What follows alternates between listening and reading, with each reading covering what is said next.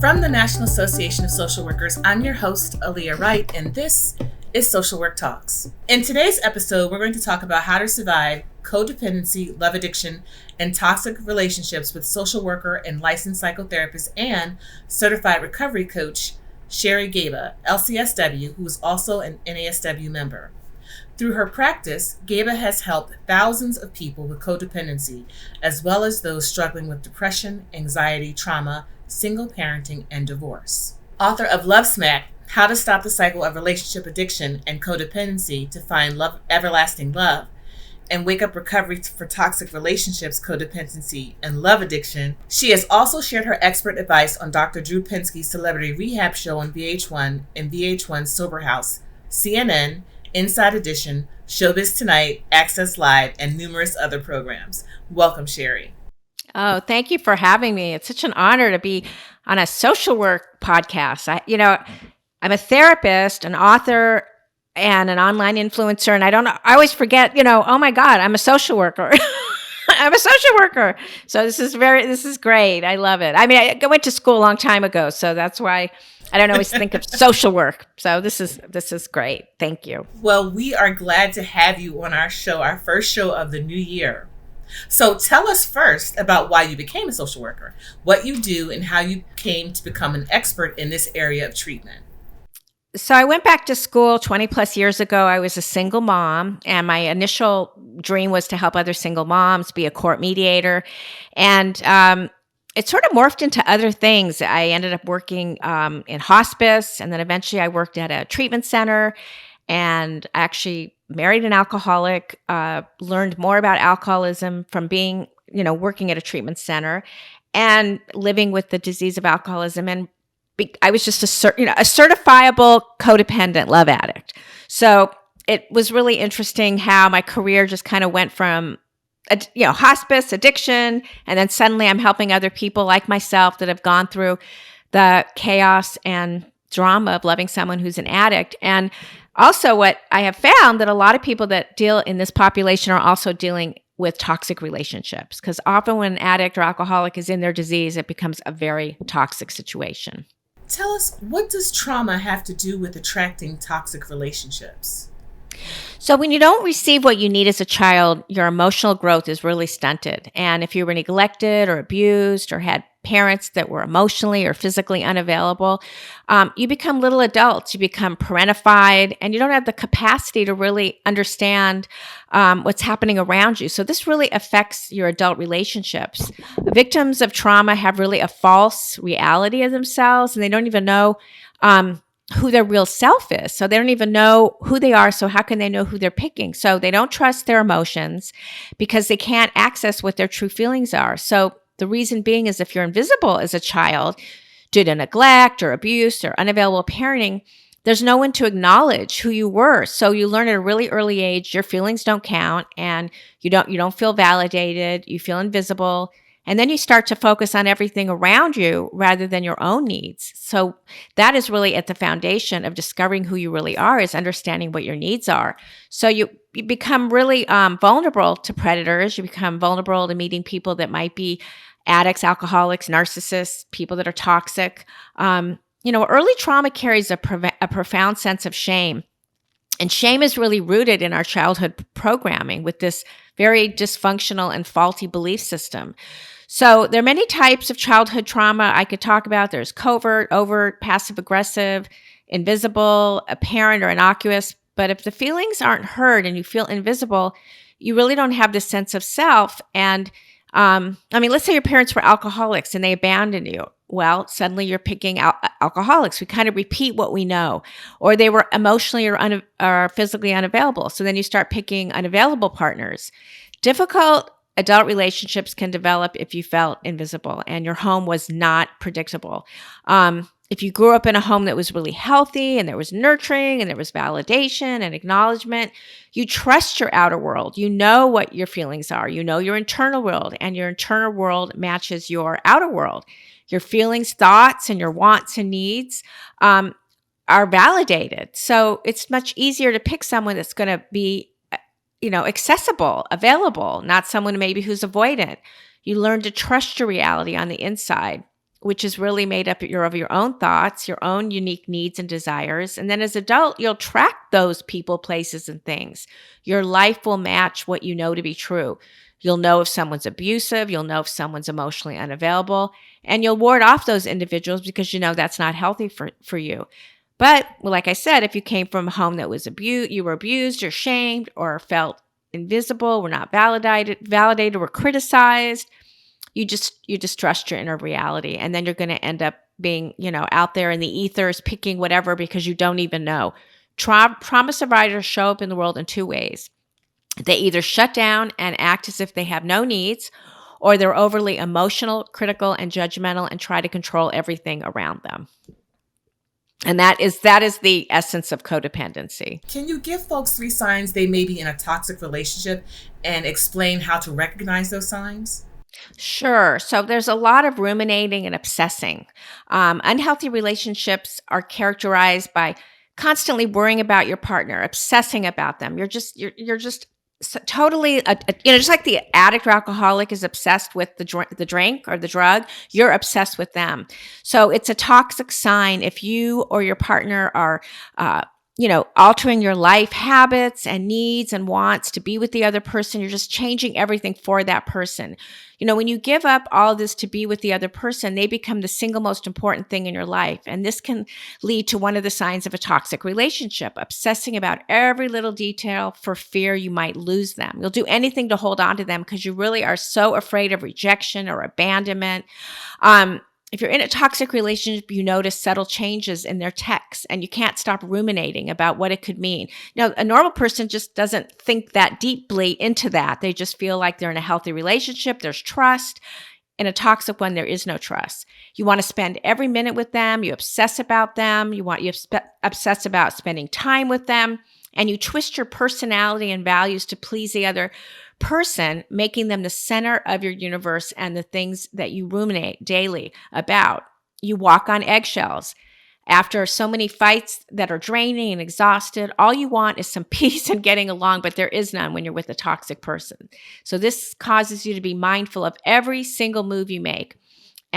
Should I say this? Should I ask for that? What will happen if I tell them what happened at work? Or what if I spend some time with friends? What are they going to think? You're always walking on eggshells. You're trying to anticipate every move that they're going to make. You're trying to avoid a fight. You're trying to avoid, walking on those emotional eggshells. Another sign is feeling guilty for everything. When you're in a toxic relationship, you feel like you're the guilty one. You're the one that's wrong. One of the sure signs of a toxic person is they never take responsibility for their actions, and they're always shifting the blame on you. They're always right. You're always wrong. And so in this case, on their partner, if you wonder if you're in a toxic relationship, take a look at the distribution of responsibility and the guilt in your daily reactions, and you'll know you're in a toxic relationship. If you always are the one that feels like you're the one that's done something wrong, they love to point the finger on you. So is that a form of gaslighting? Oh, yes. Gaslighting. Absolutely. Gaslighting is definitely where their actions and what they say don't match. There's absolutely no congruence between the two. Listeners, we'll be right back. What's your biggest social work challenge? I bet eSINs can solve it. The world's most collaborative case management system, eSINs can solve just about any case management problem. And even better, you can get eSINs for free by applying for the U.S. pilot program at esins.com/NASW. Solve, automate, engage, collaborate. eSINs gives you the tools to provide the best support possible, and you can get it for free. Apply at esins.com/NASW. That's ECINS.com/NASW. And we're back. We're chatting with NASW member and psychotherapist and certified recovery coach, Sherry Gaba, about codependency and toxic relationships. Sherry, why do we become addicted to toxic relationships? So as I was saying earlier, it really has to do with our childhood, where we grew up, who we grew up with, how did our parents treat us? Did we get the nurturing that we needed? Our destiny is going to be dictated by a subconscious desire to somehow resolve those unresolved issues. So if we fall into relationships that mirror our childhood, if you had an unavailable parent, you're probably going to pick an unavailable parent. If you had a parent that was an alcoholic or addict, you're probably going to pick an addict or alcoholic. It's just sort of what our subconscious does. If a parent wasn't there for you, for example, or the father who failed to protect their child from abuse from the mother and is emotionally distanced, the tendency then is going to attract men that in their adult life that are going to offer the same type of experience. The cycle then commences when we're brought to feel those familiar, painful feelings, and we try to alleviate them by then going into another relationship, unaware that it's not any different from the last toxic relationship. It's sort of like the same cycle over and over again. Another scenario is when maybe a son has an overbearing mother who doesn't give him the space or independence to grow autonomously. So he'll likely repeat the same cycle in his adult life by attracting controlling and needy women. Occasionally might rebel in adult life and instead attract the opposite of what he experienced. Although he doesn't recreate that familiar feeling of suffocation, he was swung to the opposite side of the pendulum, and the unresolved issues with his mom remain unduly resolved. So the truth is, it all stems from how we were raised and the relational experience that we experienced as children. And it begins if we weren't properly able to develop self-esteem or a positive self-image, and therefore self-love. Now, how do we overcome our addiction to toxic relationships? We have to start looking at every relationship that enters our life as an opportunity to heal and grow and become more self-aware. There's no beating yourself up.